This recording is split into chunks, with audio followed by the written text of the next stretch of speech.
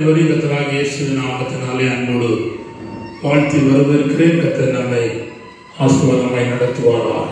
நாம் வேதத்திலிருந்து சில ஒரு வசனத்தை எடுத்து வாசித்து அதுக்கு பிற்பாடு நாம் தேவசன்னிதானத்திலே ஆண்டவர் சமூகத்திலே நாம் காணப்படுவோம். கர்த்தர் நம்மை ஆசீர்வதிப்பாராக. வெளிப்படுத்தின விசேஷம் அதனுடைய 14ஆம் அதிகாரம்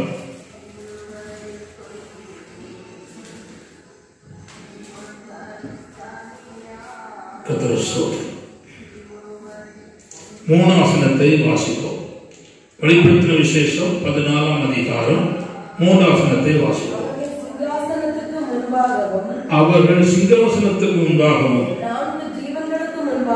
4 ஜீவன்களுக்கு முன்பாகவும் மூப்பர்களுக்கு முன்பாகவும் புதுப்பாட்டை பாடினார்கள். அந்த பாட்டு பூமியிலிருந்து மீட்டுக் கொள்ளப்பட்ட 1,44,000 பேரை அல்லாமல் வேறு ஒருவரும் கற்றுக்கொள்ளக்கூடாது இருந்த வண்ணமாக நாம் தலை தாழ்த்தி ஜெபிப்போம். பரலோக பிதாவே, நல்ல ஆண்டவரே, கிருபை நிறைந்த கர்த்தாவே, நாங்கள் உம்மை துதிக்கிறோம், ஸ்தோத்திரிக்கிறோம், உம்மை வாழ்த்துகிறோம், உம்மை போற்றுகிறோம். உம்மை சமூகத்திலே எங்களை தாழ்த்தி ஒப்புத்தருகிறோம். ஆண்டவரே, இந்த திருவசனத்தை அவனுடைய கரங்களில் ஒப்புத்தருகிறோம். ஆண்டவருக்கு வசனத்தை எங்களுக்கு ஆசீர்வதித்தாரும். இந்த வார்த்தையின் மூலமாக தேவன் எங்களோடு கூட பேசும். சமீபத்திலும் தூரத்திலும் கேட்கிற கர்த்தருடைய பிள்ளைகளுக்கு ஆசீர்வாதத்தை நீர் கொடுக்கும்படியாக ஜெபிக்கிறோம். தொடர்ந்து கிரியை செய்.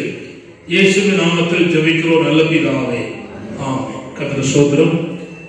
யோவானுக்கு தேவனாகிய ஆண்டவர் இந்த பரம காரியங்களை குறித்து அவர் வெளிப்படுத்தியிருக்கிறார் என்பதை நாம் பார்க்கிறோம். அவர் வெளிப்படுத்தின பகுதியிலே பரலோகத்திலே நடைபெறுகிற இனி வரப்போகிற சம்பவிக்கிற காரியங்களை குறித்து வெளிப்படுத்தியிருக்கிறார் என்பதை நாம் பார்க்கிறோம். இந்த 14ஆம் அதிகாரமும் அதுபோல கர்த்தர் ஸ்தோத்திரம் 5ஆம் அதிகாரத்தையும் நாம் கவனிக்கும் பொழுது அங்கும் ஒரு ஆராதனை இருக்கிறது. அதுபோல 14ஆம் அதிகாரத்திலும் ஒரு ஆராதனை இருக்கிறது என்பதை நாம் பார்க்கிறோம். இந்த ஆராதனையின் பகுதியிலே நாம் கவனிக்கும் பொழுது கர்த்தர் ஸ்தோத்திரம் தேவனாகிய ஆண்டவரை இந்த பூமியிலிருந்து மீட்டுக் கொள்ளப்பட்ட, அதாவது அவருடைய சிங்காசனத்துக்கு முன்பாக 4 ஜீவன்களுக்கும் முன்பாகவும் மூப்பருக்கு முன்பாகவும் புது பாட்டை பாடினார்கள். பழைய பாட்டு இல்ல, புது பாட்டை பாடினார்கள். அந்த பாட்டு பூமியிலிருந்து மீட்டுக் கொள்ளப்பட்ட 1,44,000 பேரை அல்லாமல் வேறு ஒருவராலும் கற்றுக்கொள்ளக் கூடாதா இருந்ததுன்னு சொல்லி பார்க்கிறோம். நல்ல கவனிங்கள். இந்த பாட்டை பாடுவதற்கு பரலோகத்திலே, அதாவது பூமியிலிருந்து மீட்டுக் கொள்ளப்பட்ட ஒரு லட்சம் சொல்லியிருக்கிறது. 1,44,000 பேர் தான் அவள் சொல்லியிருக்கிறது. இந்த 1,44,000 பேருக்கு தான் இன்னைக்கு இருக்கிற ஆவிக்குரிய மண்டலம் போராடுகிறது. கர்த்தர் சோதரம் ஒரு சில தேவ மக்கள் நாங்கள் தான் 1,44,000 பேர் என்று அவர்கள் தங்களை உயர்த்தி கொண்டு போகிறதை நாம் பார்க்கிறோம். அவங்க போகட்டும், அது மட்டும் பிரச்சனை இல்லை. ஆண்டவர்களுக்கு நன்மையான காரியங்களை கொடுக்கட்டும். கர்த்தர் சோதரம். ஆனா அதே நேரத்தில் அவர்கள் தான் என்று இங்க வேதம் சொல்லல. நம்ம வேதம் சொல்வதுதான் நமக்கு முக்கியம். கர்த்தர் சோதரம். அல்லேலூயா, அல்லேலூயா. கர்த்தாவே சோதரம். அல்லேலூயா. ஆமென். சோதரம். Praise the Lord. கர்த்தர் சோதரம். ஆமென். Praise the Lord. அல்லேலூயா. தேவனுக்கு மகிமை உண்டாகட்டும்.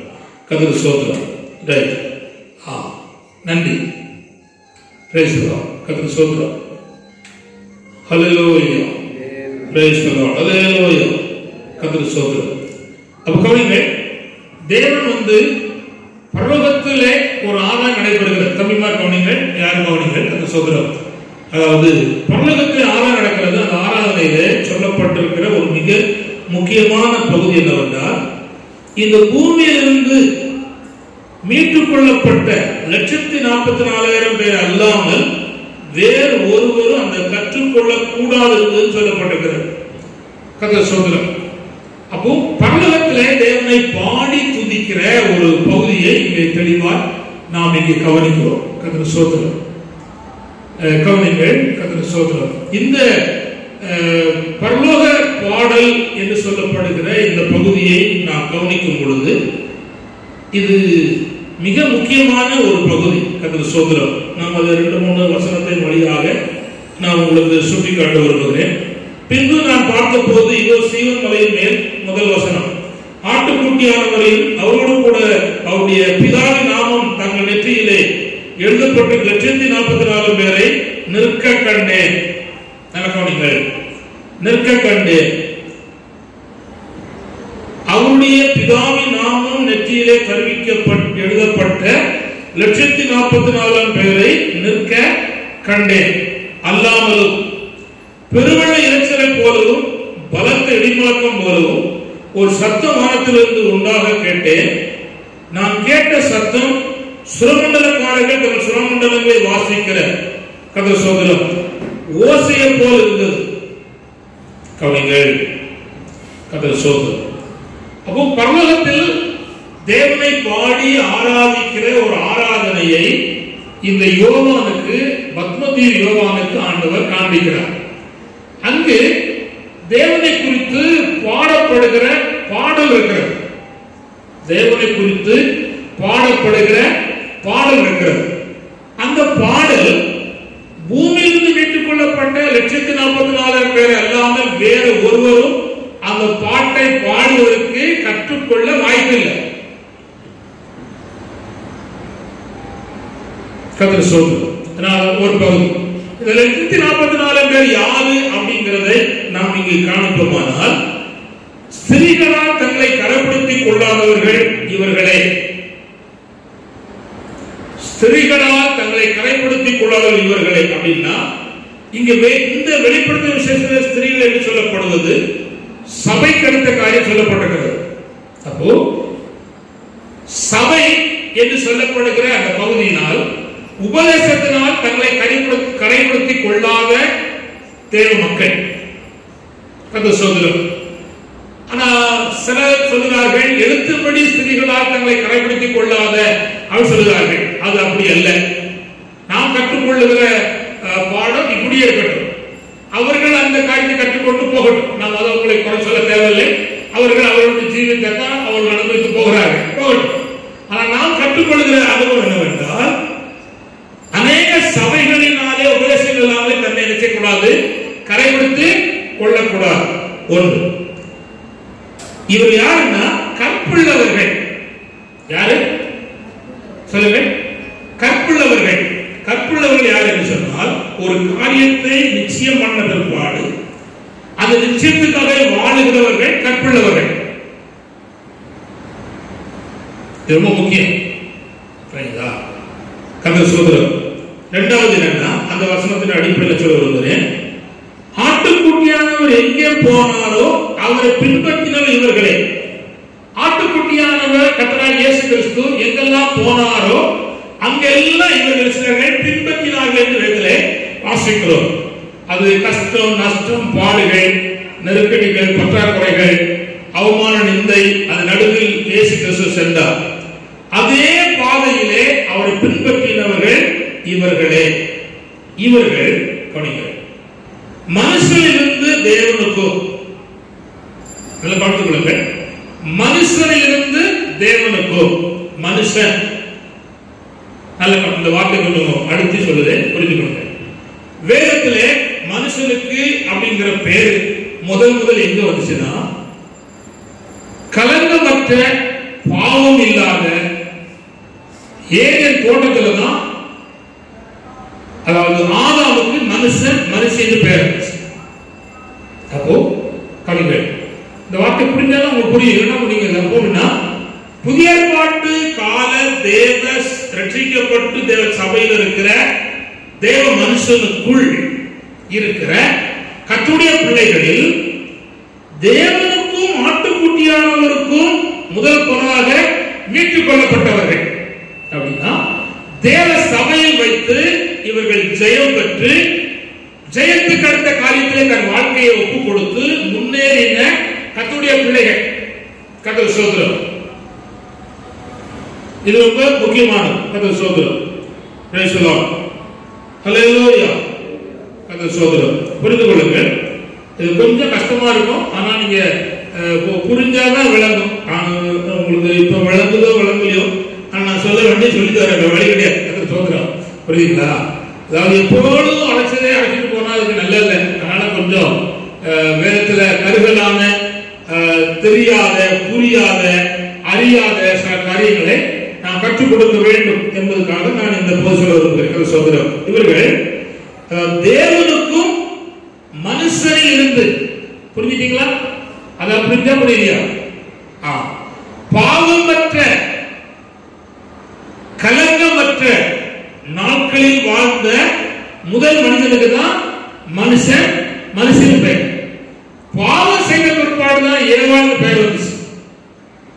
அப்போ தேவ சபையிலே பாவமற்ற அக்கிரமங்கள் தீர்க்கப்பட்ட அந்த மனுஷன் கூட்டத்திலிருந்து தேவனுக்கும் ஆட்டுக்குட்டியானவருக்கும் ஒரு கூட்டத்தை பிரிச்செடுக்கிறார். கர்த்தர் ஸ்தோத்திரம். அல்லேலூயா. நாம் தேவ சபையில் இருக்கிறோம், ஆண்டவர் பிள்ளையா இருக்கிறோம். இது மனுஷர்கள் தேவனுடைய ஆரம்ப சிருஷ்டிக்கப்பட்ட தேவனுடைய வேலை நடைபெற்ற தேவனுடைய கரம் உருவாக்கின அந்த மனுஷனில் இருந்து புதிய பாட்டு கால அடிப்படையிலே இயேசு ரத்தத்தினாலே பாவம் நிச்சயத்தை பெற்று தேவ சபைக்குள் காணப்படுகிற கர்த்தருடைய பிள்ளைகளாகிய மனுஷர் கூட்டத்தில் இருந்து ரட்சிக்கப்பட்ட கூட்டத்திலிருந்து தேவனுக்கும் ஆட்டுக்குட்டியானவருக்கும் ஒரு குரூப்பை கர்த்தர் பிரிச்செடுக்கிறார். அவங்க ஜீவி எப்படி அப்படிங்கிறதுக்கு இங்க சில காரியம் சொல்லப்பட்டிருக்கு. என்ன சொன்னா கர்த்தர் சோதரம் ரெண்டு காரியம் அங்க தெளிவு சொல்லப்பட்டிருக்கு. அது ரெண்டு சொல்றாரு. இவருடைய வாயில் கபடம் காணப்படல. அப்போ அந்த பாடலை கற்றுக்கொண்ட கூட்டத்தில் இருக்க கர்த்தருடைய பிள்ளைகள் இதயத்தில் என்ன இருக்காது? கபடம் இருக்காது. அப்போ கபடம் இருந்தா இந்த பாட்டை பாட முடியாது. நல்ல கவனிச்சுக்கலாம். கர்த்தர் சோதரம். அப்புறம் இவர்கள் தேவனுடைய சிங்காசனத்துக்கு முன்பாக மாசில்லாதவர்களாக இருந்தார்கள். எப்படி இருந்தார்கள்? மாசில்லாதவர்களாக இருந்தார்கள். கர்த்தர் ஸ்தோத்திரம். அப்படின்னா எந்த குறைவும் இல்லாதவர்கள், எந்த செயல் பார்த்தாலும் பூரண அனுபவம் உள்ளவர்கள், மாசில்லாதவர்கள். மாசில்லாமணி இல்ல, மாசில்லாதவர்கள். கர்த்தருக்கு கோடி ஸ்தோத்திரம். அல்லேலூயா. புரிந்து கொள்ளுங்கள். மாசில்லாதவர்கள் நம்மளே இப்ப காணப்பட்டா நம்ம கண்ணை பார்த்தா ஒரு மாதிரி இருக்கு, நம்ம முடிய பார்த்தா ஒரு சைஸா இருக்கு, நம்ம காலை பார்த்தா ஒரு மாதிரி போய் கால் மாதிரி இருக்கு. கர்த்தர் ஸ்தோத்திரம். நம்ம நடைய பார்த்தா ஒரு மாதிரி இருக்கு. கர்த்தர் ஸ்தோத்திரம். அப்போ இதுல மாசு இருக்கு. ஆனா பரலோகத்திலே ஆண்டவரோடு கூட இருக்கிற 144 பேருடைய வாழ்க்கையில கபடம் இல்லை. அப்படின்னா கசப்பு இல்லை, கசப்பான பிச்சு இல்லை. இரண்டாவது கர்த்தர் சொல்லுகிறார், சொல்லப்பட்டிருக்கிறது அவருடைய வாழ்க்கையில் என்ன இல்லை? மாசு இல்லை. மாஸ் எல்லாரும் மாசு தான் போடுறாங்க. கர்த்தர் சொல்லுகிறார் மாசு இல்லாம முடியாது, வெளியே போக முடியாது. அப்படின்னா என்ன? இன்னொரு தொற்று நம்ம வாழ்க்கையில வராதபடிக்கு தடுக்கிற ஒன்று. அப்போ தொற்றே இல்லாதவர்கள் வாழ்க்கை தான் மாசு இல்லாதவர்கள். அல்லேலூயா. சொல்லுங்க அல்லேலூயா. ஆமா, தொற்றே இல்லாதவர்கள் வாழ்க்கையில தான் மாசு இல்லாதவர்கள். கர்த்தர் ஸ்தோத்திரம். இப்ப நான் காரியத்தை வந்துடுறேன், மிக முக்கியம். இப்ப 5ஆம் அதிகாரத்துல ஒரு கூட்டம் பாட்டு பாடும், அது தெரியும்ல? கர்த்தர் ஸ்தோத்திரம். 5ஆம் அதிகாரத்தை எடுப்போம். 5ஆம் அதிகாரம் ஏசு அப்பா.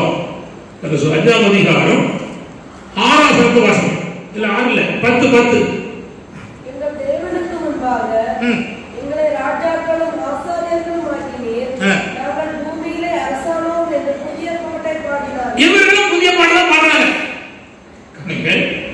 சொல்லப்பட்டிருக்கிறது, எங்கள் தேவனுக்கு முன்பாக எங்களை ராஜாக்களும் ஆசாரியர்களும் ஆக்கின நாங்கள் பூமியில அரசாள்வோம் என்று புதிய பாட்டை பாடினார்கள்.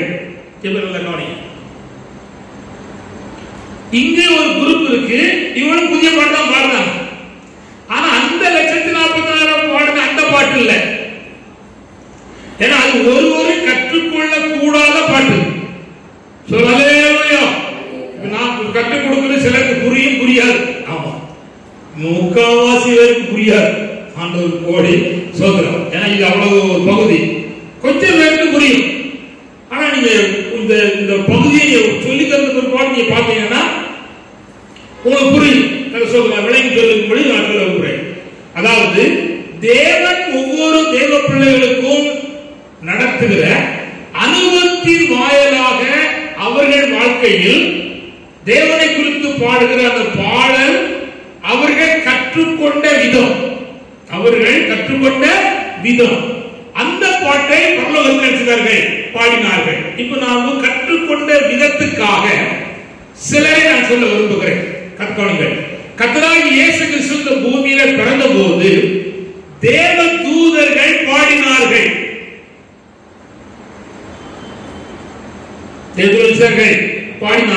லூக்கா வாசிக்கிறோம். லூக்கா 2ஆம் அதிகாரத்தில் அந்த சம்பவம் இருக்கிறது. நான் கொஞ்சம் புரிந்து கொள்வதற்காக நான் இதை சொல்லுகிறேன். சோதரம்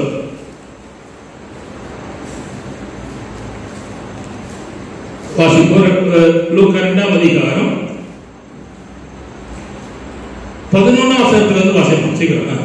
இந்த கர்த்தராகிய கிறிஸ்து என்னும் இரட்சகர் உங்களுக்கு தாவீதின் ஊரிலே பிறந்திருக்கிறார். இவரை துணிகளில் சுற்றி முன்னணியிலே கிடத்திருக்க காண்பீர்கள். இதுவே உங்களுக்கு அடையாளம் என்றார். பரமசேனையின் திரள் அந்த தூதர்களில் தோன்றி உன்னதத்தில் இருக்கிற தேவனுக்கு மகிமையும் பூமியிலே சமாதானமும் மனுஷன் பிரியமும் உண்டாவதாக என்று சொல்லி தேவனை துதித்தார்கள். தேவனை துதித்தார்கள். வாசிமா. தேவதூதர்கள் அவர்களை விட்டு பரலோகத்துக்கு போன பின்பு தேவர்கள் ஒருவரை ஒருவர் நோக்கி நாம் பெத்லகேம் ஊருக்கு போய் நடந்ததாக கர்த்தரால் நமக்கு அறிவிக்கப்பட்ட இந்த காரியத்தை பார்ப்போம் வாருங்கள் என்று சொல்லி தீவிரமாய் வந்து கர்த்தர் சோதரம் கவனிங்கள். இயேசு கிறிஸ்து பிறந்த போது தேவ தூதர்கள் இறங்கி இருக்கிறார்கள், பாடினார்கள். யார? கர்த்தராகிய இயேசு கிறிஸ்துவை பாடினார்கள். அவர்கள் பாடின பாட்டை நாம் பாடுவதற்கு பலனில்லை. ஏன்னா அவர்கள் பாவம் அறியாதவர்கள், பாவம் செய்யாதவர்கள், எப்பொழுது தேவ சன்னிதானத்தில் முன்னு நின்று பாடுகிறவர்கள். அவர்கள் ஒரு மனதோடு இயேசு கிறிஸ்துவை செய்தார்கள், துதித்து பாடினார்கள். கர்த்தர் சோதரம். இப்போ கவனிங்கள். வேதத்திலே பலருடைய பாடல்கள் சொல்லப்பட்டிருக்கிறது. மோசேயுடைய பாடல், இஸ்ரவேல் ஜனங்களுடைய பாடல், தாவீதுடைய பாடல், ஆபூகுடைய பாடல், புலம்பல் பாடின எரேமியாவுடைய பாடல், இப்படி சொல்லப்பட்டிருக்கிறது. கர்த்தர் சோதரம். நான் இன்னொன்னு கூட உங்களுக்கு விளக்கமா சொல்லி தர விரும்புகிறேன். கர்த்தர் சோதரம். நான் இன்னைக்கு 2 பேருடைய பாடலாம் சொல்ல போறேன். ஆனா நீங்க விளங்கிக் கொள்ள வேண்டும், அவர்கள் எப்படி கற்றுக்கொண்டார்கள் என்பதை புரிந்தால்தான் நாம் இனி உள்ள காலத்தில் கற்றுக்கொண்டு அந்த ஒருவரும் கற்றுக்கொள்ள கூடாது இருக்கிற 144 சேர்ந்து பாடுவதற்கு இந்த பூமியில வேணும், கற்றுக்கொள்ளணும். கர்த்தர் சோதரம். கற்றுக்கொள்ளாமல் வாழ முடியாது. ஹல்லேலூயா. சரி, நான் இப்போ உங்களுக்கு கற்றுக் கொடுவதற்கான ஒரு சம்பவம் விரும்புகிறேன். டாக்டர் கிளிபர்ட் குமார் ஒரு கட்டுரை ஊழியக்காரர் இருக்கிறார்.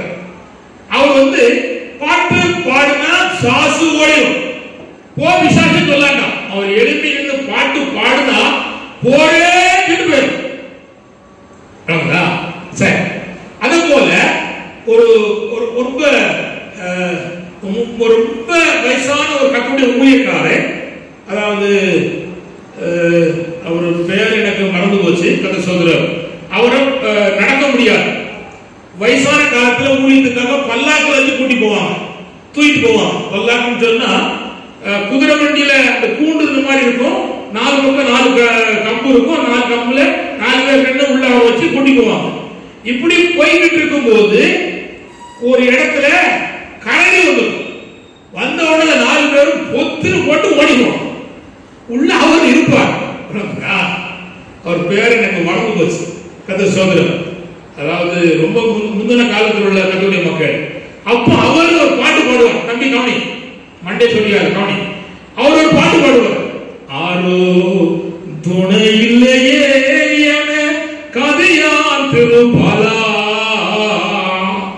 உந்தன் 5 காயத்தில் அடைக்கலாம் கோடு அல்லவா இயேசுநாதா.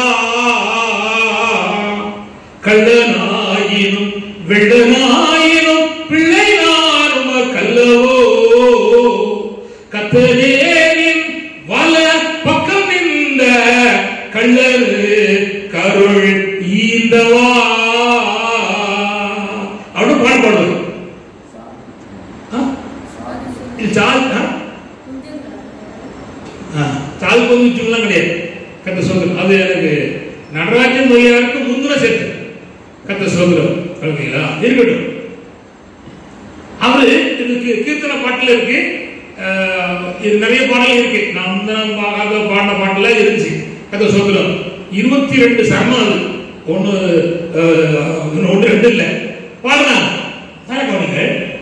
அவரு போட்டுட்டு போனோம் பார்த்துட்டு நான் கரடி இவரை கொண்டு தீர்க்கணும் அப்படின்னு சொல்லி. ஆனா அவர் பாடின பாட்டை கேட்டுட்டு கரடி வந்த வழியா போயிட்டு. அப்போ அவர் எப்படி கற்றுக்கொண்டார்? கலங்கமில்லாத இதயத்தோடு தேவனை புகழ்ந்து பாடுனா எதிர்த்து வந்து கடிக்க வந்த கரடி வந்த வழியை திரும்பி போக பண்ணுவதற்கு கர்த்தர் வல்லவர் என்கிற பிரசன்னத்தை கற்றுக்கொண்டு பாடினார். அல்லேலூயா, சொல்லேலூயா. சரி, இன்னும் சொல்லுங்க. அப்போஸ்தலர் நடவடிக்கை 16ஆம் அதிகாரத்துல ஒரு பாடல் இருக்கு. அப்போஸ்தலர் நடவடிக்கை 16ஆம் அதிகாரத்துல கர்த்தர் சொல்லுகிறார். இதெல்லாம் முகவரை தான், நீங்க ஒன்னும் இது பிரசங்கம் இல்ல, நீங்க புரிந்து கொள்வதற்காக சொல்லுகிற ஒன்று. அப்போஸ்தலர் நடவடிக்கை 16ஆம் அதிகாரம் 25, 26 வாசிப்போம். ஜெபம் பண்ணி தேவனை துதித்து பாடினார்கள். எப்படிப்பட்ட சூழ்நிலை பாடினார்கள்? 23 வாசிப்போம்.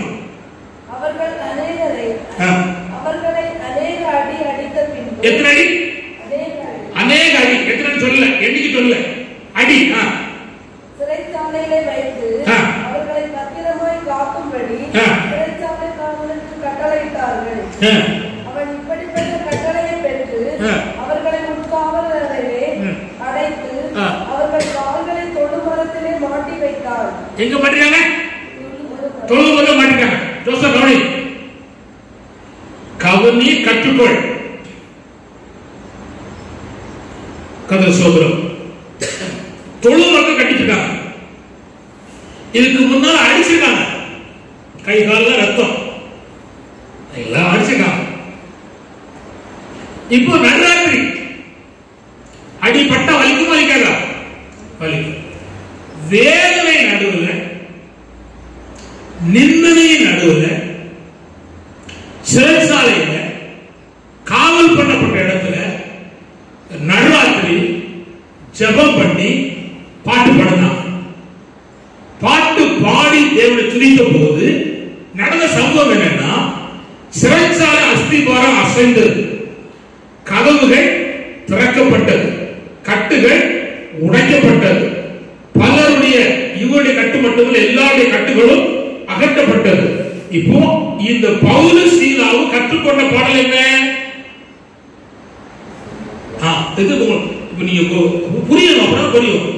என்ன அடிச்சாலும், என்ன மிதிச்சாலும், என்ன காரியங்கள் சம்பவித்தாலும் என்னை அழைத்த தேவனை நான் பாடுவேன். அது பகலா இருக்கட்டும் இரவா இருக்கட்டும் நான் பாடுவேன் என்று பாடினார்கள்.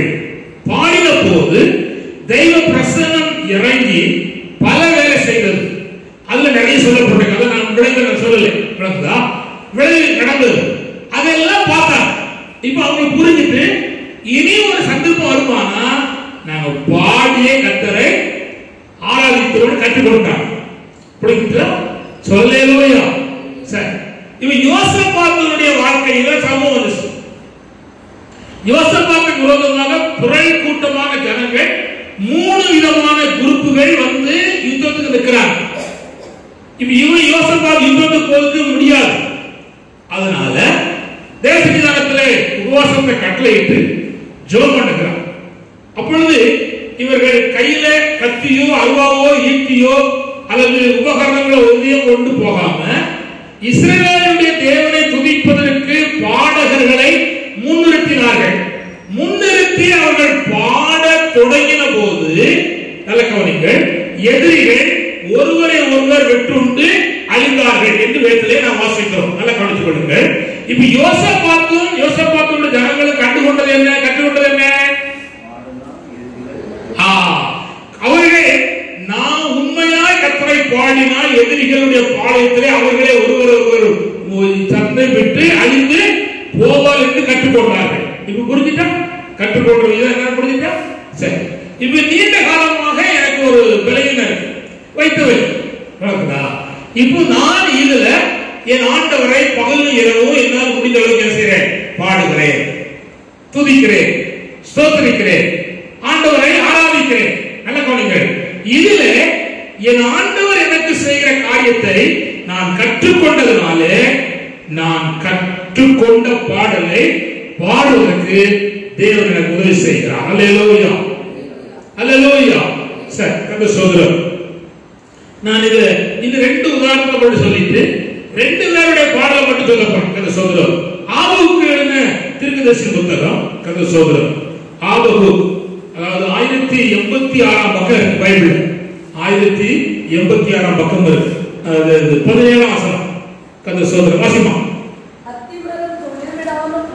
அத்திமரம் துளிர்விடாமல் போனாலும் திராட்சை செடியிலே பலன் உண்டாகாம போனாலும் ஒலிவ மரத்திலே பலன் அற்று போனாலும் வயலிலே தானியங்கள் விளையாமல் போனாலும்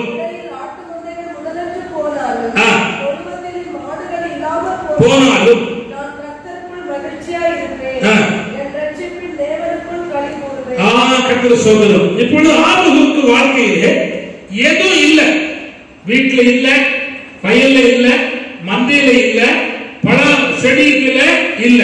இல்லை அப்படின்னு பாட்ட அவன் பாடணும். ஆனா இல்லை என்கிற பாடலை பாடாமல் தனக்குள் இருக்கிற தேவனை பாடுகிறான். அல்லேலூயா. அவன் கற்றுக்கொண்டது என்ன? எது இல்லாம போனாலும் பரவாயில்ல, எனக்கு ஒருவர் இருக்கிறார் அப்படின்னா பாடுகிறான். சரி, வெளிநாட்டுல ஒரு பெரிய பணக்கார சந்ததி இருந்துச்சு. அந்த சந்ததியுடைய வாழ்க்கையில தோட்டம், துறவு, குதிரை, ஆடு, மாடு இதெல்லாம் சேர்க்கிறாங்க. திடீர்னு ஒரு நாள் அதிகாலையில குதிரை 2 காலின் தள்ள அடிச்சு சத்தம் போடும். குதிரை சத்தம் போட்டா இந்த வீட்டு எஜமானுக்கு ஒண்ணு தெரியும், ஏதோ ஒரு ஆபத்து வரப்போகுது. அதனால ஓடிடும் சொல்லி ஒரு பிளான் பண்ணார். காரை எடுத்தார், பிள்ளைகள் மனைவி ஏற்றினார், காரை கொண்டு பறந்துட்டார். ஒரு 100-150 கிலோமீட்டர் தூரம் போயிட்டார். என்ன நடந்ததுன்னா, இவர் போய் 10 நிமிஷத்துக்குள்ள ஒரு பெரிய காத்து வந்து அந்த வீடு ஒண்ணுமே இல்லாம, மரம், ஜீவன், பொருள் இல்லாம கம்ப்ளீட்டா சுத்தமா சர்வே பண்ணிட்டு, இன்க்ளூடிங் அந்த குதிரையோடு சேர்த்து எல்லாம் போயிட்டாங்க. ஆனா திரும்ப கொஞ்ச நேரம் கழிச்சு என்ன நடந்துட்டு பார்க்க வந்தா ஒன்றும் இல்லை. அந்த வீட்டுல அந்த கிச்சன் பக்கத்தில் உள்ள ஒரே ஒரு செவர் இருந்துச்சு. அதாவது ஹாலையும் கிச்சனையும் பிரிக்கிற ஒரு செவர் இருந்துச்சு. அந்த செவர்ல ஒரு வாசகம் இருந்தாங்க. என்ன வாசகம்னா, அந்த பிள்ளை படிச்சுட்டாங்க, கீப் லுக்கிங் டு ஜீசஸ் அப்படி இருக்கு. கீப் லுக்கிங் டு ஜீசஸ் அப்படி இருக்கு. சொச விளங்குதா? எல்லாரும் துக்கமா இருக்காங்க அந்த வீட்டுல. மிருகஜீவன் போயிட்டு எல்லாம் போயிட்டு, அப்ப அந்த பொண்ணு சொல்லிச்சு, அப்பா பொண்ணே ஒண்ணு இருக்குப்பா அப்படின்னு. என்ன? இயேசுவையே நோக்கி பார்த்திருக்கு அப்படின்னு. அப்ப அப்பா சொன்னாரா, அது போதும், தரமட்டமான ஜீவன் போனான்னு, வீடு போனான்னு, பொருள் போனான்னு, இந்த சூழ்நிலையிலும் இயேசுவையே நோக்கி பார்ப்போம் அப்படின்னு நோக்கி பார்த்தாங்க. புரியுதா? அவங்க திரும்ப அதே கஷ்டப்பட்டு திரும்ப காரியங்கள் செய்து முன்னேற்றுவதற்கு சில வருஷங்கள் ஆச்சு. திரும்ப முன்னேற்றாங்க. இப்ப அவங்க கற்றுக்கொண்ட பாட்டு என்ன? என்ன போனாலும் ஓட்டும், ஏசு வாங்கி பார்த்தா எல்லாம் கிடைக்கும். கற்றுக்கொண்டாங்க. புரியுதா? சரி, இப்ப சங்கீதக்காரன் தாவீது ஒரு பாடுறான். சோதரம் இது நம்ம புரிந்து கொள்வதற்காக சொல்ற வார்த்தை. சங்கீதம் 13:6. சங்கீதம் 13:6. அப்பா, கர்த்தர் எனக்கு நன்மை செய்தபடியால் அவரை பாடுவேன். கர்த்தர் எனக்கு நன்மை செய்தபடியால் அவரை பாடுவேன். இந்த தேவ மனுஷன் பாடுறான். ஆண்டவர் எனக்கு நன்மை செய்திருக்கிறார், அதனால என்ன செய்றேன்? பாடுறேன். அவனுக்கு நிறைய நன்மை செய்தார். நன்மை கிருபையும் ஜீவனாலதான் தொடர்ந்து செய்யும். சிம்பிளா சொல்லுங்க, அவனுக்கு ஒண்ணுமே இல்லாத அந்த மனுஷனுக்கு தேவன் ஸ்டெப் பை ஸ்டெப் நன்மை செய்தார். நன்மை செய்த ஆண்டவரை பாடுகிறார். இப்போ எனக்கு உங்களுக்கு நன்மை செஞ்சிருக்கிறார். நம்ம என்ன செய்யணும்? ஒருவர் கற்றுக்கொள்ள கூடாத பாட்டை பாடணும். ஹல்லேலூயா. அது நான் சொன்ன புரியல. அதாவது உங்க அனுபவம் இன்னொருத்த பாட்டு ஏற்றலாம் பாடுவோம், அதுங்கிறது ஒரு பக்கம். உங்க வாழ்க்கையில நீங்க கற்றுக்கொண்ட பாடல் செய்யணும், பாடணும். ஆண்டவர் நடத்தி வந்த வழிகளிலே உண்டான பாடல் செய்யணும், பாடணும். இப்ப நான் சொல்றேன், பாபிலோன் தேசத்தில் இஸ்ரவேல் ஜனங்கள் இருக்காங்க. அது இஸ்ரவேல் ஜனங்களுக்கு ஒரு எண்ணம், இவங்க கையில கிண்ணறம் இருக்கு. என்ன இருக்கு? கிண்ணறம் இருக்கு. 10 ரம்பு வீணை இருக்கு, நாகசுரம் இருக்கு. இதெல்லாம் வச்சிருக்கா, பாட்டு பாடுவாங்களே, பாட்டு பாடுங்க அப்படின்னு கேட்டாங்க. என்ன பாட்டு பாட்டாங்க தெரியுமா? சீயோனை குறித்து பாடுங்க அப்படின்னா. நாங்க அந்நிய தேசத்துல கர்த்தருடைய பாட்டை சீயோனை எப்படி பாட முடியுமா அப்படி ஒரு வீரா ரத்தம். அதாவது கீழே விழுந்தாலும் மீசியில மண்ணு ஒட்டினாலும் ஒட்டல அப்படின்னு சொல்லிட்டு வம்சம் இது. என்ன பாடினாலும் பாடலாம்ல, பாட வேண்டியதானே? பாட தெரியல, பாடல. கேரளாவில் இப்ப இல்ல, ஒரு 50 வருஷத்துக்கு முன்னால ஒரு சம்பவம் நடந்துச்சான். இதெல்லாம் எனக்கு சொல்லிதான் கேள்வி. எனக்கு எங்க நடந்துச்சு எது நடந்துன்னு எனக்கு காட்டக்கூடாது. அந்த சோதரம் உங்களுடைய ஆவிக்குரிய ஜீவத்துக்கு பூஸ்டிங் பண்ணுவதற்காக நான் சொல்லித்தரேன். அந்த சோதரம் அங்க வந்து கிறிஸ்துவத்துக்கு விரோதமா இருக்கிறவர்கள் அரசாங்கத்தில் போய் ஆர்டர் சொல்லி இந்த கூட்டத்துல இந்த பாஸ்டர் பிரசவம் பண்ணக்கூடாது அப்படின்னு சொல்லி ஸ்டேட் வேண்டாம் கேரளாவில். அப்போ ஒரு பிரசவம் பண்ணது போகிறதுக்கு முன்னால போலீஸ் கமிஷனோட கலெக்டர் வந்து நீங்க வந்து பிரசவம் பண்ணக்கூடாதுன்னு சொல்லி, அப்ப அவர் சொன்னாரா உங்களுக்கு என்ன ஸ்டே ஆர்டர்ன்னு கேட்டா, நீ பிரசவம் பண்ணக்கூடாது அவ்வளவுதான், பாட்டு பாடலாமா? ஓ பாடலாமே அப்படின்னா ரைட், பிரசங்கத்தை பாடலாம் பாடிட்டார், அவ்வளவுதான். உங்களுக்கு புரியுதா? தேவன் அவரை நடத்தின விதம் அவருக்கு தெரியும், அதை பாடிட்டார். இப்ப நம்ம தந்தை பெருமானுக்கு பிரசங்கம் ஓடாது, ஆனா பாட்டு பரப்புவாரு. கத்து சொல்றோம், அவர் பாடிட்டாலே பரலோகம் வந்து இறங்கிடும். அப்போ தேவன் மீட்டுக் கொள்ளப்பட்ட கர்த்தருடைய பிள்ளைகள் பாடுகிற பாடலில் தேவனுடைய கிரியை, தேவனுடைய வல்லமை, தேவ செயல்பாடு, கர்த்தர் இறங்கி செய்கிற வேலைகள், பலத்த செய்கள் வைத்திருக்கிறது. அதே தேவன் இன்றைக்கும் கிரியை செய்ய வல்லமை உள்ள தேவனாக இருக்கிறார். இயேசுவை கூட்டி போகும்போது ஸ்தோத்திர பாட்டு பாடி போராட வேதத்தில் வாசிக்கிறோம். கர்த்தர் சொல்றார்.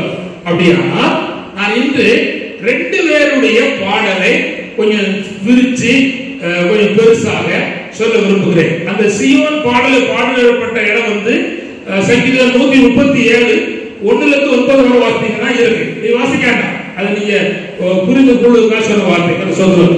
இப்ப நான் 2 பேருடைய பாடலை நான் சொல்ல விரும்புகிறேன். ஒன்று இஸ்ரவேல் புத்திரர்கள் பாடின பாடல், அதாவது எகிப்திலிருந்து பஸ்காட்டுக்குடி ரத்தத்தினாலே மீட்டுக் கொள்ளப்பட்டு செங்கடலுடைய தடைக்கு முன்னால் நின்று கலங்கின போது தவறான வார்த்தைகளும் தவறான சத்தங்களும் தவறான இறைச்சல்களும் கேட்டார்கள். ஆனால் கர்த்தருடைய வசனத்தின்படி தேவன் சொன்னார், நான் உங்களை பாலும் தேனும் ஓடுகிற கானான் தேசத்துக்கு கொண்டு சேர்ப்பேன் என்று சொல்லி இறங்கின தேவன் சேர்ப்பதற்கு தம்முடைய ஜனத்தை வழிநடத்துகிற வழியிலே செங்கல் தடையா இருந்தது. தேவன் மோசேயுடைய கோலை நீட்ட சொல்லி செங்கல் இரண்டாக பிளந்து சொன்னார். கர்த்தருடைய வார்த்தையின்படி செங்கடல் இரண்டாக பிளப்பதற்கு கீழ்காற்று வீச பண்ணி தேவன் செங்கடலை பிறக்க பண்ணினார். உறைந்த உலர்ந்த தரையில் இஸ்ரவேல் ஜனங்கள் நடந்து போனார்கள். செங்கடல் அக்கறை போன போது செங்கடல் அக்கறை போன போது கர்த்தர் செய்த நன்மையை கவுங்கள் நினைவு கூர்ந்து அந்த கர்த்தருடைய பிள்ளைகள் கவுங்கள், அதாவது கர்த்தர் ஸ்தோத்திரம் 5 விதமான பாடல்களை பாடினார்கள். 1 ஜெயத்தின் பாடல், 2 ஸ்தோத்திர பாடல், 3 சாட்சி பாடல், 4 பிரதிஷ்டை பாடல், 5 நம்பிக்கை பாடலாக 5 பாடல்களை பாடினார்கள். எப்பொழுது கர்த்தர் அவர்களுக்கு நன்மை செய்ததை கற்றுக்கொண்ட போது பாடினார்கள். அல்லேலூயா. தம்பி கவனி, இஸ்ரவேல் ஜனத்தை தேவன் செங்கடல் வழியாக நடத்தும் போது இந்த பக்கம் திரவ பொருள், அதாவது தண்ணீர் திரவ பொருள் திட பொருளா இருக்கு, மது சுவரா இருக்கு. இந்த பக்கமும் திரவ பொருள் திட பொருளா இருக்கு. அப்போ கவனிங்க, தேவன் காற்றை வீச பண்ணின போது அது என்னவா மாறிட்டு?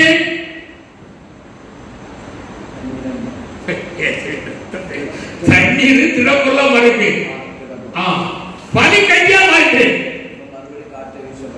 கவனிங்க, அப்போ பனி கட்டியா மாறிட்டு. தேவன் திரவ பொருளை திட பொருளை மாற்ற அவரால் முடியும். திட பொருளை திரவ பொருளால் மாற்ற முடியும். இப்போ அவள் கற்றுக்கொண்ட பாடல் என்னன்னா, என் ஆண்டவர் வெற்றி சிறக்க வல்லவர் என்று பாடினார்கள். இப்ப நான் பாட போறேன். கர்த்தர் சொல்ல கவனிங்க. அந்த யாத்திரா 15ஆம் அதிகாரத்தை எடுப்போம். 15 கர்த்தர் சொல்ல 15ல 1ஆம் வசனத்தை 2ஆம் வசனத்தை பாடு. சொல்லு. அப்பொழுது மோசே இஸ்ரவேல் புத்திரர் கர்த்தரை புகழ்ந்து பாடின பாட்டு, கர்த்தரை பாடுவேன், அவர் மகிமையாய் வெற்றி சிறந்தார். அவர் மகிமையாய் வெற்றி சிறந்தார். வசனம். குதிரையையும் வீரனையும் கடலிலே தள்ளினார். கர்த்தர் என் பலனும் என் கீதமுமானவர், அவர் எனக்கு இரட்சிப்புமானவர், அவரே என் தேவன், அவரே என் தேவன், அவருக்கு வாசஸ்தலத்தை ஆயத்தம் பண்ணுவேன், அவரே என் தகப்பனுடைய தேவன், அவரை உயர்த்துவேன். கர்த்தர் யுத்தத்தில் வல்லவர், கர்த்தர் யுத்தத்தில் வல்லவர். கர்த்தர் என்பது அவருடைய நாமம். பார்வோனின் ரதங்களையும் அவன் சேனைகளையும். அப்போ இங்க பாடின பாடல் வந்து ஸ்தோத்திர பாடல். என்ன பாடல்? ஸ்தோத்திர பாடல். ஸ்தோத்தரித்து பாடுகிற பாடல். எப்பொழுதுமே கவனிங்க, ஒரு ஆராதனையில உள்ள போகும்போது முதல் பாடல் என்ன பாடல் பாடணும்? ஸ்தோத்திர பாடல் பாடணும். அதாவது ஸ்தோத்திரம், அதாவது தேவனை ஸ்தோத்தரிக்கிறவன் தேவனை மகிமைப்படுத்துறாங்க அர்த்தம். இப்போ எல்லாருமே தலைகளா ஆராதனைகள் போய்கிட்டு இருக்கு. தாந்தோரித்தனமாக அவர்களுக்கு நினைச்சதெல்லாம் பாட்டு ராகம் உள்ளவர்களுக்கு நினைச்சதெல்லாம் பாட்டுதான். கர்த்தர் ஸ்தோத்திரம் பாடுறாங்க. ஆனா தேவன் வைத்திருக்கிற ஒரு வழி இருக்கு, ஒரு ஒழுங்கு இருக்கு. அந்த ஒழுங்குல அவர்கள் ஸ்தோத்திர பாட்டை பாடினார்கள். தேவ பிள்ளைகளே, உங்களை மீட்டுக் கொண்ட தேவனுக்கு நீங்கள் காலையும் மாலையும் ஸ்தோத்திர பாடல்களை நீங்கள் பாட வேண்டும். இன்னொரு பாடி ரசிப்பதை நான் பார்ப்பதற்கு அல்ல. நான் ரசிக்கிற கூட்டம் அல்ல, ருசிக்கிற கூட்டம். ஆதலால் ஸ்தோத்திர பாடலை ரசித்தார்கள், பாடினார்கள் என்பதை நாம் பார்க்கிறோம். கர்த்தர் ஸ்தோத்திரம். இரண்டாவதாக கவனிங்கள், அவர்கள் பாடின பாடல் என்ன? சாட்சியின் அல்ல பிரதிஷ்டை பாடல். 5:15 2 வசனம்.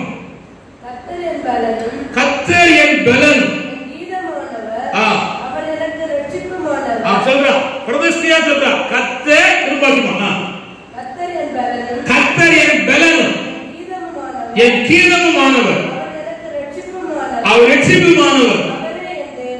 இது அவருடைய பிரதிஷ்டை.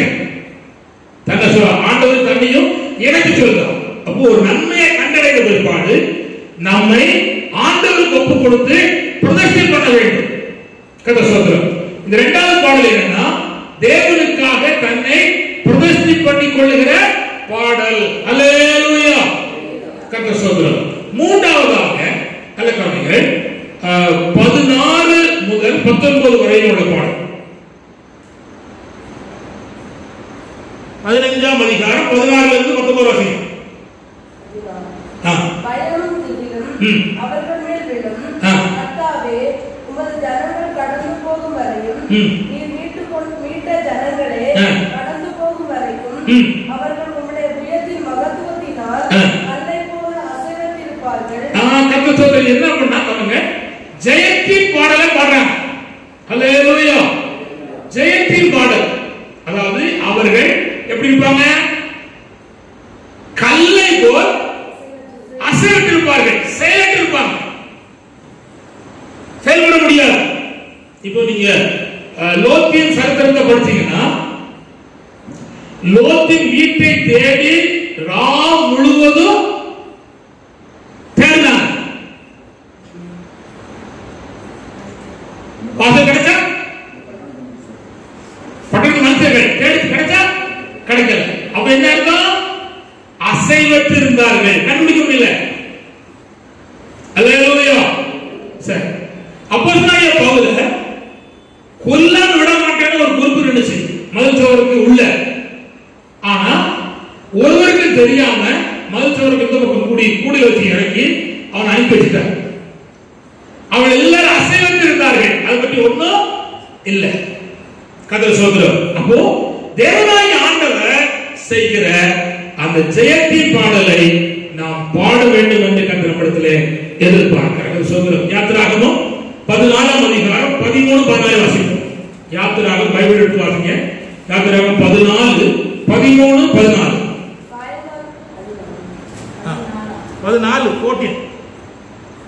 அப்பொழுது மோசே ஜனங்களை நோக்கி, பயப்படாதீர்கள், நின்று கொண்டு இன்றைக்கு கர்த்தர் உங்களுக்கு செய்யும் ரட்சிப்பை பாருங்கள். கர்த்தர் உங்களுக்கு செய்யும் ரட்சிப்பை பாருங்கள். இன்றைக்கு நீங்கள் காண்கிற எகிப்தியரை இனி என்றைக்கும் காண மாட்டீர்கள். இப்போ ஜெயத்தின் படம் சொல்ல காரணம் என்னன்னா, இப்போ பார்க்கிற ஆளை இணைச்சு மாட்டீங்க, பார்க்க மாட்டீங்க. பார்த்துட்டு இருக்காங்க. இனி இந்த பூமியில பரலோகத்திலே சொல்றாங்க, ஆளை பார்க்க மாட்டீங்க. இன்னைக்கு உள்ள ஜெயம் இல்ல, கடைசி வரையிலும் உள்ள ஜெயத்தை குறித்து பாடுகிறார்கள். ஹல்லேலூயா. அதே போல சங்கீதம் 136 13 முதல் 15 வரை வாசித்தீங்கன்னா சொல்லப்பட்டிருக்கு. வாசிப்போம். சங்கீதம் 136 13 முதல் 15 வரை. சிவந்த சமுத்திரத்தை இரண்டாக பிரித்தவரை துதியுங்கள். சிவந்த சமுத்திரத்தை இரண்டாக பிளந்தவரை துதியுங்கள். அவருடைய கிருபை என்றும் உள்ளது.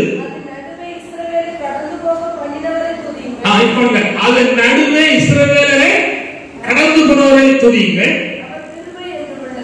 அடுத்தது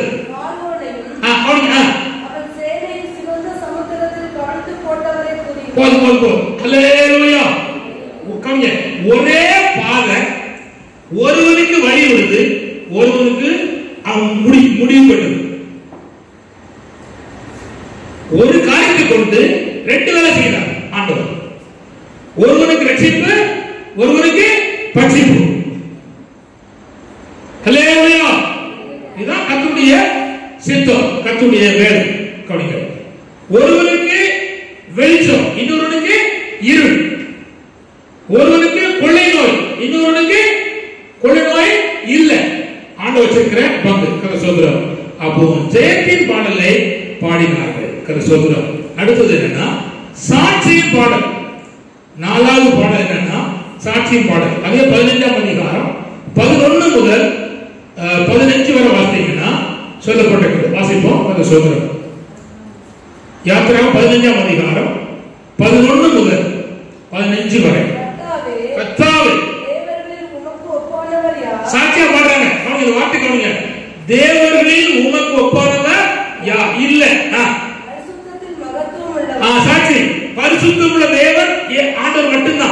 2 துதிகளில் பயப்படத்தக்க, அதாவது துதிச்சா தேவன் பிரசன்னமாகி ஆண்டவர் தம்முடைய வல்லமையை வெளிப்படுத்துவார்.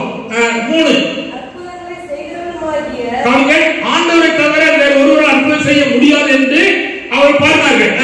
நீர் உமது வலது கரத்தை நீட்டினீர், ஆண்டவர் வலது கரம் நீட்டினீர், பூமி அவர்களை விழுங்கி போட்டது, பூமி அவர்களை விழுங்கி போட்டது. நீர் மீட்டுக் கொண்ட இந்த ஜனங்களை உமது கிருபையினாலே அழைத்து வந்தீர், அவருடைய கிருபையினால் அழைத்து வந்தீர். உம்முடைய பரிசுத்த வாசஸ்தலத்துக்கு நேராக அவர்களை உமது கரத்தினால் வழிநடத்தி. இது சாட்சியின் பாடல்.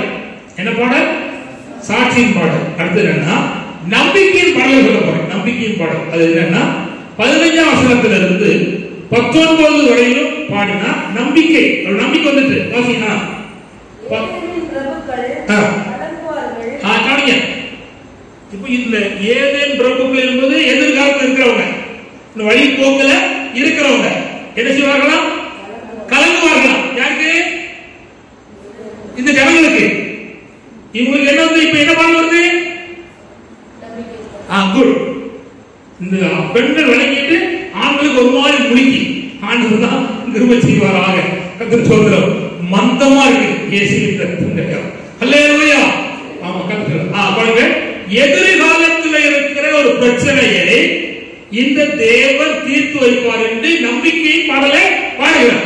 சரி, இப்போ நமக்கு தேசத்தில் இருக்கிற பயங்கரமான தோற்று இதை தேவன் தீர்த்து வைப்பார் என்று நம்பிக்கையின் பாடலை நாம் பாடலாம். சபையில ஒரு பிரச்சனை, ஒரு குடும்பத்தில் ஒரு பிரச்சனை, தனிப்பட்ட சரீரத்தில் ஒரு பிரச்சனை, நம்பிக்கையோடு பாடுகிற பாடல் தான் நம்பிக்கையின் பாடல். குட். வாசிமா. ஏதேனும் பிரபுக்கள் கலங்குவார்கள், மோவாபின் பராக்கிரமசாலிகளுக்கு நடுக்கம் பிடிக்கும், கானானின் குடிகள் யாவரும் மறைந்து போவார்கள், பயமும் திகிலும் அவர்கள் மேல் விழும். கர்த்தாவே, உமது ஜனங்கள் கடந்து போகும் வரையும், நீர் மீட்டுக் கொண்ட ஜனங்களை கடந்து போகும் வரைக்கும் அவர்கள் உம்முடைய புயத்தின் மகத்துவத்தினால் அன்னை போல் அசைவற்றிருப்பார்கள். இப்ப என்ன பாடுறாங்கன்னா நம்பிக்கையின் பாடல். நான் 5 பாடலை சொல்லிட்டேன். உங்களுக்கு என்ன விளங்குச்சோ விளங்கினாலும் சரி, புரிஞ்சாலும் புரியவிட்டாலும் கர்த்தர் உங்களுக்கு புரிய பண்ணுவாராக. அல்லேலூயா. இப்ப என்னன்னா இவர் சொல்லப்படுது என்னன்னா இஸ்ரவேல் ஜனங்கள் கற்றுக்கொண்டு பாடுகிற பாடல். இப்ப அதை பாட்டு பாடலாம், தப்பு இல்லை. ஆனா தேவன் நம்மை நடத்துகிற, நம்மை வழி நடத்துகிற, நமக்கு ஒரு உதவி செய்கிற அந்த பாடலை நம்முடைய கற்றுக்கொண்டு பாடுகிற பாடல் தான் பரலோகத்தில் போய் செய்யணும், பாடணும். அல்லேலூயா. அங்க சொல்லப்படுகிறது தாவீதின் பாடலை பாடுவார்கள், மோசேயின் பாடலை பாடுவார்கள். கவனிங்க, பாடிட்டு போறது. ஆனா உங்களை மீட்டு கொண்ட கர்த்தரை எப்படி பாடுவீங்க? சொல்லணும்ல. அதுதான் ஆண்டவர் எதிர்பார்க்கிறார். அதாவது மனுஷன் இருந்து தேவனுக்கும் ஆட்டுக்குட்டியானவருக்கும் முன்பாக ஒருவரும் கற்றுக்கொள்ளாத பாடலை பாடினவர்கள். இன்னொருத்த அனுபவத்தை பாடுற பாட்டு இல்ல. அல்லேலூயா. அவரவர்கள் ஜீவியத்தில் பாடுகிற பாடல். அதுதான் அந்த ஒரு சப்ஜெக்ட் விளங்குதான் இவ்வளவு நான் வரேன். அந்த 144,000 பேர்கள் வந்து பாடுற பாட்டு வந்து அவர்களுக்கு தேவன் நடத்தின கற்றுக்கொண்ட பாடல், புதிய பாடல். அல்லேலூயா. கர்த்தருடைய ஸ்தோத்திரம். சரி, இப்போ நான் இஸ்ரவேல் ஜனங்கள் கற்றுக்கொண்ட பாடலை சொல்லியாச்சு. இப்போ நீங்க மோசே ஒரு பாடலை பாட வயசான காலத்தில் மரணம் நெருங்கிட்டு அப்போ ஒரு பாட்டு பாடுறார். இவர்கள் அந்த ஆரம்பத்தில் பாடின பாடல், மோசே பாடின பாடல்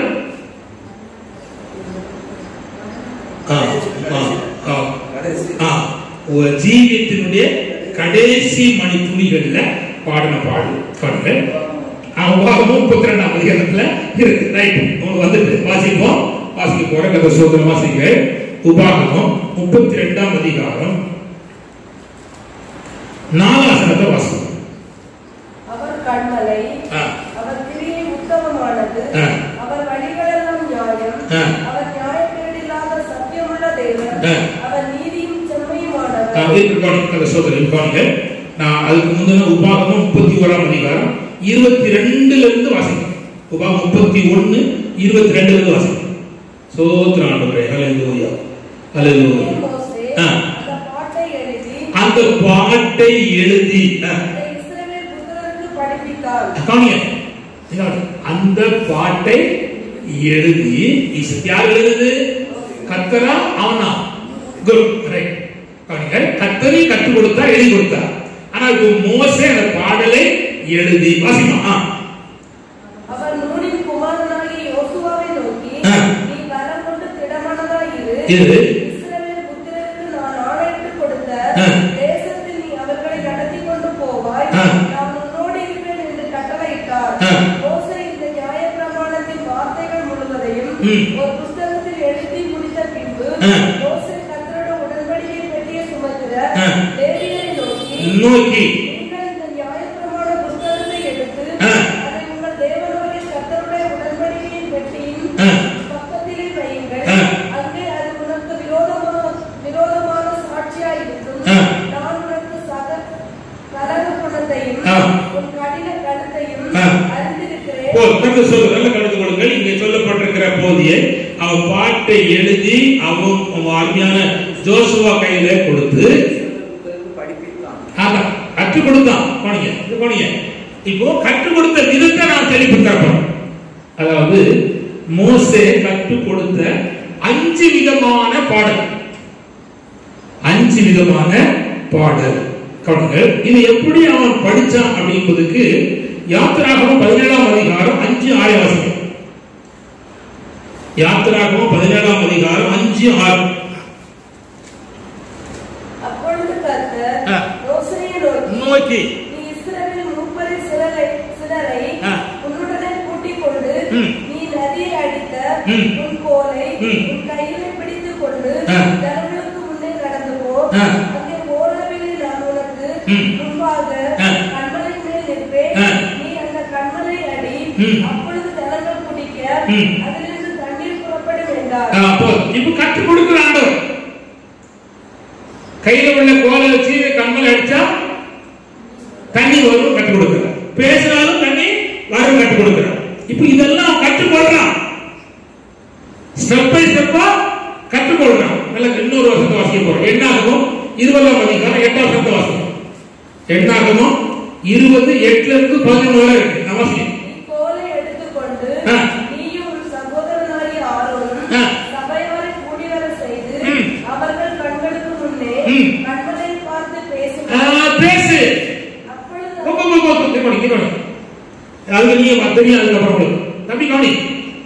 முதல்ல இஸ்ரவேல் முப்படையின் ஜனங்களை கூட்டிக் கொண்டு போய் கண்மலையை பார்த்து கோலை வச்சு அடி, தண்ணி வரும்.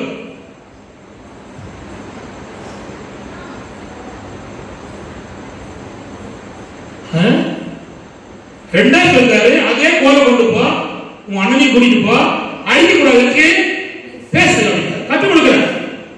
அவன் அடிச்சானா பேசினானா? அடிச்சான். தண்ணி வந்துச்சா? வந்துச்சு. அவர் தான் தப்பு பண்ண. மனுஷன் தப்ப தேவ ஆசீர்வாதம் தடுக்காது. நல்லா கவனிச்சுக்கலாம். அவனுக்கு தடை வந்துச்சு, அவன் வாழ்க்கையில காண போக முடியல. ஆனா தேவ ஜனத்தின் தேவையை அவன் சந்திச்சார். ஊழியர்கள் விசுவாசிகள் தப்பு பண்ணும் போது ஆண்டவர் நன்மையை கொடுக்காம அழிச்சிட மாட்டார், கொடுப்பார். கொடுப்பதனால நம்ம பெரிய ஆள் கிடைக்க முடியாது. தப்பு தப்பு தான், நாம் பண்ணாலும் தப்பு தான், நீங்க பண்ண தப்பு தான். அது தண்டனை உண்டு. என் பையன் ஏன் சொன்னான், எல்லாம் பரிசுமன் நடக்கு அப்படின்னா அதுதான் ஆண்டவன் உங்களை என்ன நியாயம் தீர்க்கார் அப்படின்னா பரவாயில்ல, டெக்ஸ்மெண்ட் நடக்கு. அதற்கு சோதரம் வருத்தம் பண்ணல, ஆனா குற்றப்படுத்தல. எங்க அண்ணாலும் கொஞ்சம் வருத்தம் வந்துச்சு, நான் வருத்தப்படல. ரைட்டு, அது தெரிஞ்சுட்டா கேட்டான். நீங்க பண்ணதுக்கு கத்த நியாயம் இருப்பாங்களா? அதுதான் சொல்றேன். அந்த விஷயம் தெரிஞ்ச மட்டும் போதும். இப்ப இவரு தெரிஞ்சிட்டு யாருக்கு? மோசே தெரிஞ்சிட்டு தேவன் என்ன அளவு கற்றுக் கொடுக்கிறார், என்ன செய்கிறார், என்ன பண்ணி கொண்டிருக்கிறார், என்ன நடத்தி கொண்டிருக்கிறார் என்பது அவன் கற்றுக்கொண்டான். இப்போ கவனிங்கள், இத புதிய ஏற்பாட்டு காலத்துக்கு தேவன் இருக்கிறார். அவளோடு கூட வந்த கண்மலை யாரு? கிறிஸ்துவே. கிறிஸ்துவே 1 Corinthians 10:1-4 வாசிங்கன்னா சம்பவம் இருக்கு. இப்ப நாம் அறிந்து கொள்ள வேண்டும், நாம் கற்றுக்கொள்ள வேண்டும். அவளுக்கு மட்டுமல்ல, நாம் கற்றுக்கொள்வதற்கான பாக்கியத்தை ஆண்டவர் கிருபை செய்கிறார். அல்லேலூயா. இப்போ அவன் கற்றுக்கொண்ட 5 பாடலை நான் வேகமாக உங்களை சுட்டி காட்ட விரும்புகிறேன். அதான் ஃபர்ஸ்ட், உத்தமமான கண்மலை என்று அந்த உபாகமம் 32:4 வாசிக்கலாம். உபாகமம் 32:4. ஏசப்பா, அவர் கண்மலை அழகா சொல்றான். அவருடைய கிரி என்னது? உத்தமமானது.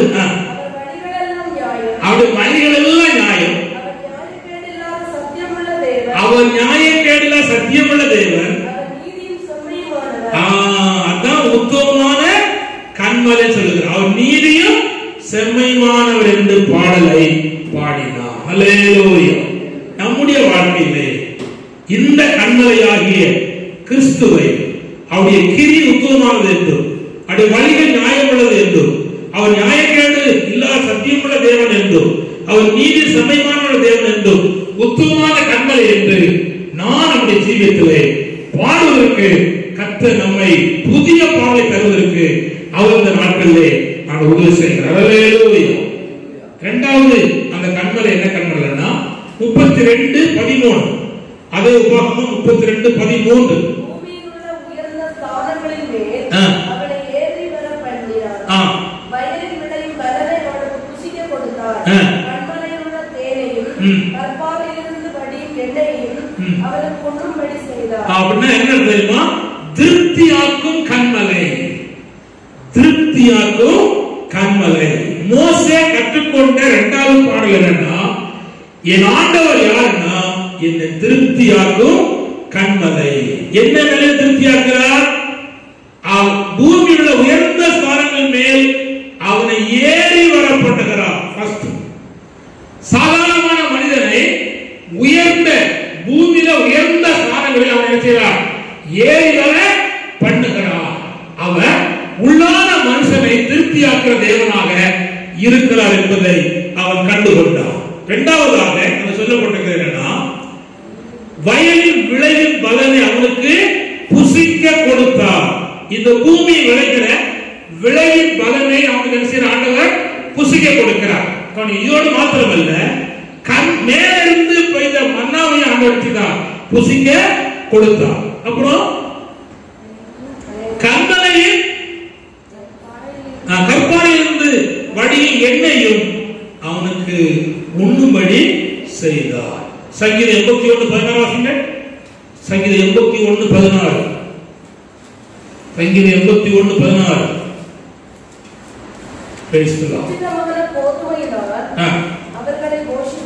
உச்சிதமான கோதுமையினால் அவளை போஷிப்பார். கர்த்தர் சொல்றார், கண்மலையின் தேரினால் திருப்தியாக்குவேன். கோதுமை தேனினால். கோதுமை என்பது மனுஷன் உற்பத்தி பண்ற ஒன்று. தேன் என்பது மனுஷன் உற்பத்தி பண்றதில்லை. தேவனே ஈக்கிற வைத்து உற்பத்தி பண்ணுகிற, அதனால் என்ன செய்வேன்? திருப்தியாக்குவேன் என்று கர்த்தர் சொல்கிறார். இந்த புதிய ஏற்பாட்டிலே அந்த தேன் என்பது கர்த்தருடைய வசனம்.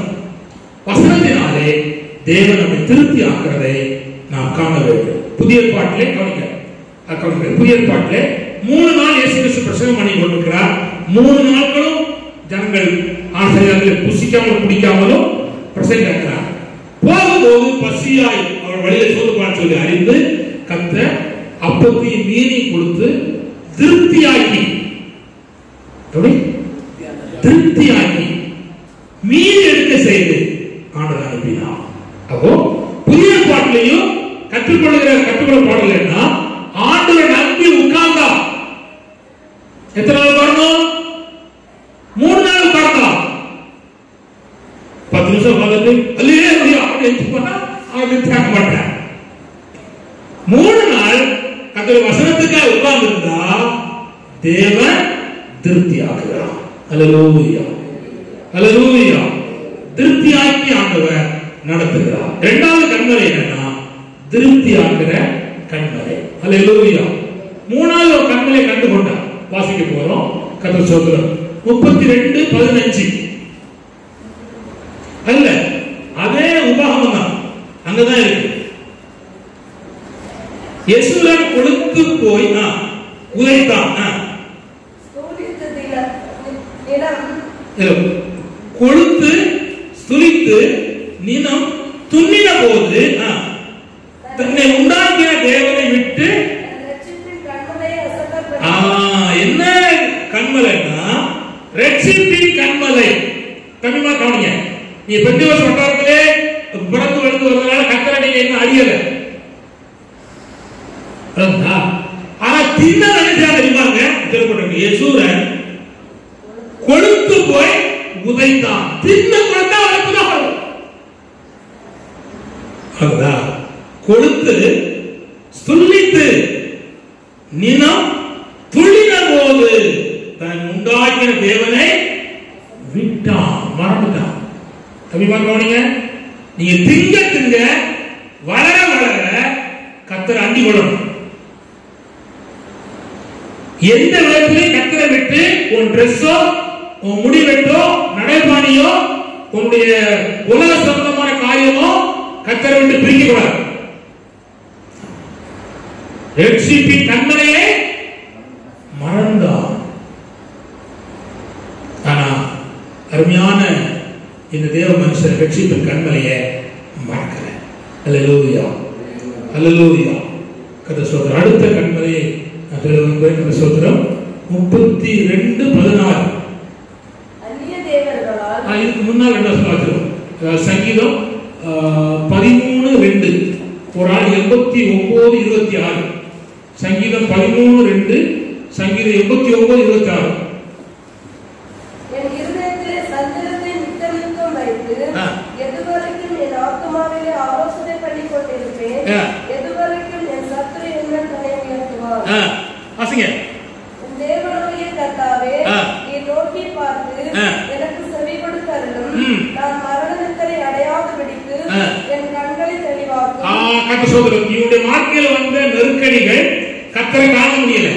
அதனால அவன் மரணத்தில் அடைய போறான்னு சொல்லி சத்தம் போடுகிறான். ஆனா ஆண்டவரோ ரட்சிப்பின் கண்மலை அவனை தூக்கி எடுத்தார் என்பதை பார்க்கிறோம். 89ஆம் சங்கீதம் 26ஆம் வசனம்.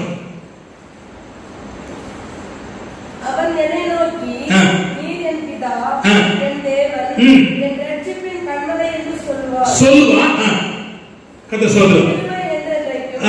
அவனுக்காக காப்பேன். போதும். இங்க கவனிங்க. என்னைக்கும் அவது என்னுடைய ரட்சிப்பின் தேவன் கண்மலை சொல்லுவான். என் கிருபையை அவனுக்கு என்னென்னைக்கு காக்கப்படும். அல்லேலூயா. ரட்சிப்பின் கண்மலையை தொடர்ச்சியாக தன் வாழ்க்கையிலையும் தன்னுடைய ஜீவியத்திலையும் வாழ்க்கை ஒவ்வொரு அனுபவத்திலையும் சொல்லி கையெடுக்கிற கர்த்தருடைய பிள்ளைகளுக்கு தேவனுடைய கிருபை அவளுக்கு என்னென்னைக்கு ஆண்டவர் கொடுக்கிற கர்த்தரா இருக்கிறார். அல்லேலூயா. கர்த்தர் சொல்றார். அடுத்த சொல்ல போறோம். ஜெனிப்பித்த கண்மலை 32:16. அந்நிய தேவர்களால் அவருக்கு எரிச்சலை மூட்டினார்கள். அருவருப்பானவைகளினால் அவரை கோபப்படுத்தினார்கள். இல்லம்மா 18. உன்னை ஜெனிப்பித்த கண்மலை நீ நினையாமல் போனாய். உன்னை பெற்ற தேவனை மறந்தாய். உன்னை ஜெனிப்பித்த கண்மலையை நீ நினையாமல் போனாய். உன்னை பெற்ற தேவனை மறந்தாய். அல்லேலூயா, அல்லேலூயா. புதிய ஏற்பாட்டில் என்னன்னா யோவான் 1ஆம் அதிகாரம் 13ஆம் வசனம், யோவான் 3ஆம் அதிகாரம் 3ஆம் வசனம். அதான் நம்ம ஜெனிப்பித்த இடம். வாசிங்க. யோவான் 1:13, யோவான் 3:3.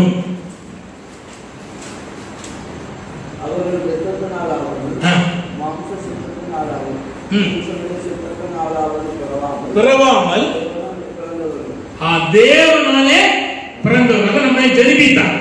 சரி 3:3 அவனுக்கு பிரதியுத்தரமாக, ஒருவன் மறுபடியும் பிறவாவிட்டால் தேவனுடைய ராஜ்யத்தை காண மாட்டான் என்று மெய்யாகவே மெய்யாகவே உங்களுக்கு சொல்கிறேன் என்றார். வாசிங்க. என்ன பிறப்புன்னா ஆவியினாலும் ஜலத்தினாலும் மறுபடியும் பிறப்பது ஜெனிப்பிக்கப்படுவது.